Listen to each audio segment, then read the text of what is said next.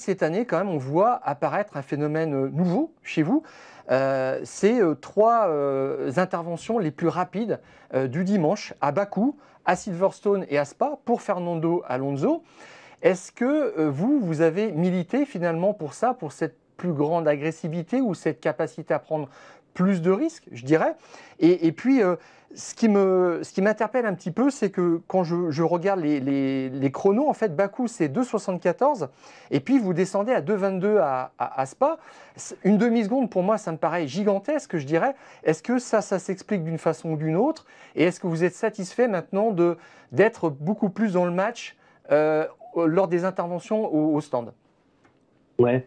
Alors, curieusement, on a eu un peu l'approche inverse, en tout cas réglementairement. On a essayé un peu de militer pour mettre le holà sur tous les systèmes électroniques qui permettaient de faire des pit stops à la vitesse de la lumière, des pit stops à la Red Bull pour pas les nommer. Donc, on a essayé plutôt de rapprocher la concurrence de ce qu'on faisait nous. Et notre approche, elle n'a pas fondamentalement changé. C'est-à-dire que nous, au pit stop, on se dit, ce qu'il faut, c'est être constant. Si le pit stop il fait 2 secondes 7 au lieu de 1 seconde 9, en général, ça nous coûte pas. On fait souvent les calculs rétrospectivement sur une saison, où est-ce qu'on a perdu, où est-ce qu'on aurait pu gagner.